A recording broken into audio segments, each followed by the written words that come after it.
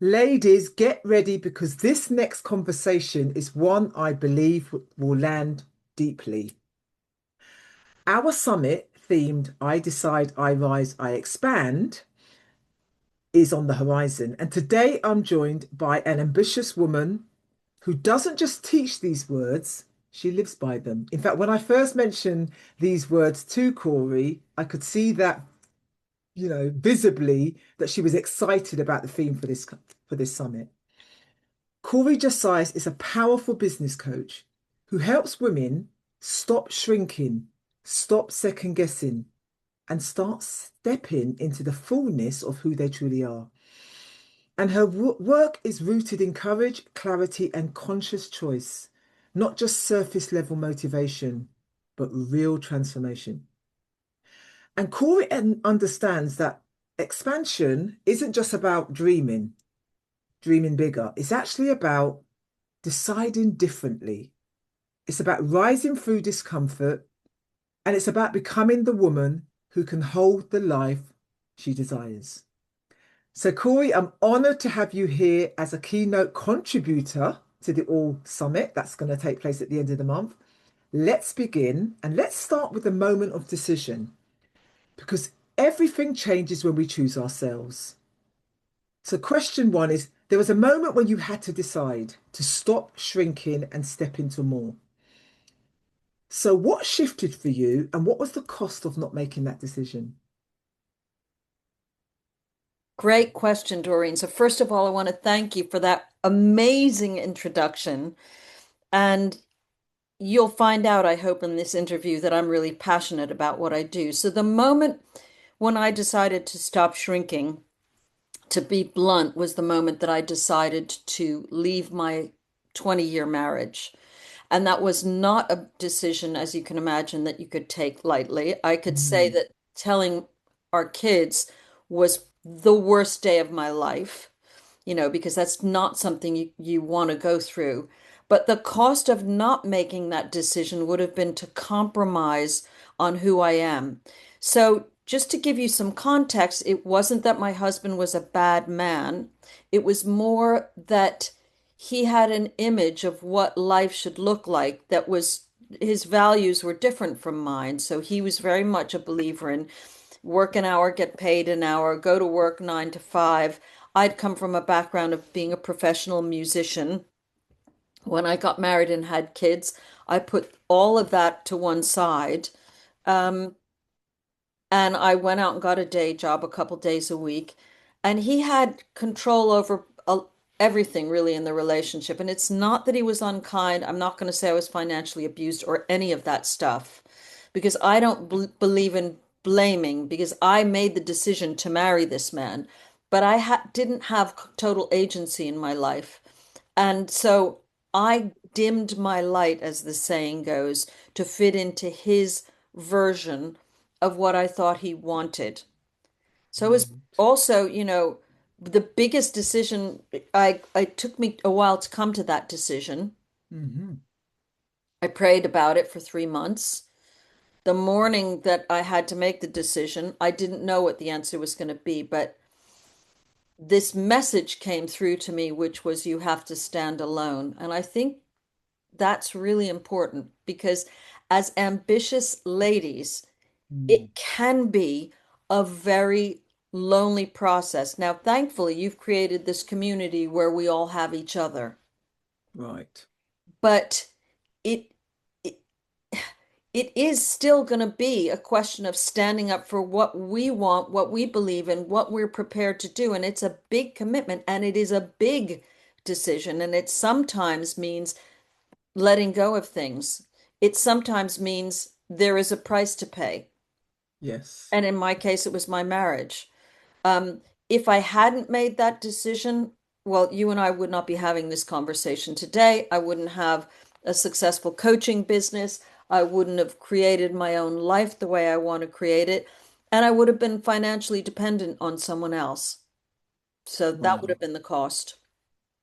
And wow, that is an amazing journey that you've described for us, Corey. And I'm sure many of our listeners will relate to what it's like to make that decision and how challenging it can be. As you said, you mentioned your children, You mentioned that you had to pray about it, but nevertheless, by making that decision, you was able to rise as a result of that.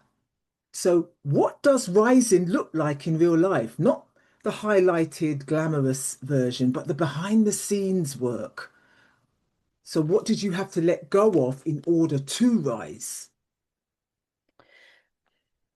Really simply put, what you have, I'll answer the second half first. What you have to let go of in order to rise is your attachment to the idea that you might fail.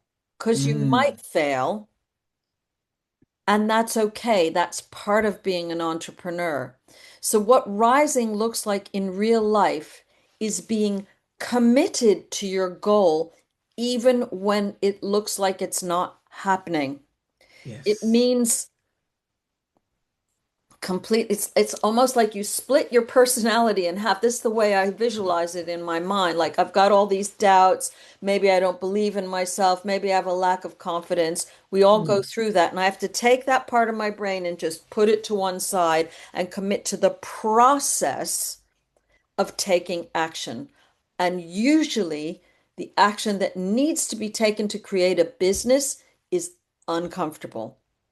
Pretty much most of the conversations I have, I challenge people because I mm, say, this is what it's going to take. Let's not make up some fairy tale about this because it's not like that when you build a no, business. It's not. You're going to do things that are uncomfortable until they're no longer uncomfortable. And that's what's going to powerful. create the change. Absolutely. I mean, that's very powerful because let's face it, there's a lot of women out there who struggle for lots of reasons and so are going to be afraid when it comes to that commitment part of things and when it comes to deciding. But as you say, you've got to get comfortable feeling uncomfortable and committing to your goal and keep going. So I love what you teach, Corey. I'm so excited that you are one of our the key contributors, Thank keynote you. contributor at the summit. It's going to be so exciting. So thank you for that. So when women leave the All Summit, what do you hope they feel ready to expand into?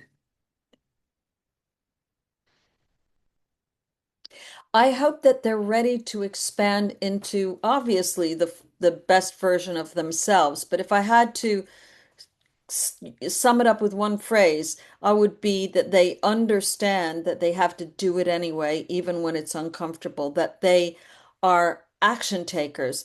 It's Mm, not about some, people often say, oh, you have to believe, or you have to have confidence, you have to have this, or you have to have that. You're not going to have any of those things if you don't build the muscle of taking the actions, not just any old action, but the actions that are going to specifically move your business forward. And so I hope they expand into people who are feeling the fear and doing it anyway. absolutely. Corey, thank you. Thank you so much, not just for your wisdom, but for your truth, for sharing your life journey and your wisdom. But what you shared today definitely reminds us that expansion is not accidental. And those that are successful in doing it out there, they would have had to get uncomfortable as well. And they did Yep. the work and they've got the results to show for it. So thank you, thank you, thank you. Ladies listening, if there's one thing I want you to take from this conversation, it's this. You don't need permission to rise. You do not need validation to expand. And you do not need to be ready. You just need to decide. Corey has shown us that growth isn't about becoming somebody else. It's about finally allowing yourself to be more of who you already are by committing, committing to the journey, committing to the uncomfortableness and just doing the work anyway. So ask yourself, what am I ready to decide today? What am I ready to rise from? And what am I ready to expand into? That's what we're going to be covering in the summit. Corey, thank you for holding this space with us with such depth and power. We're so grateful to have you as part of the All Summit, and we'll see you all later.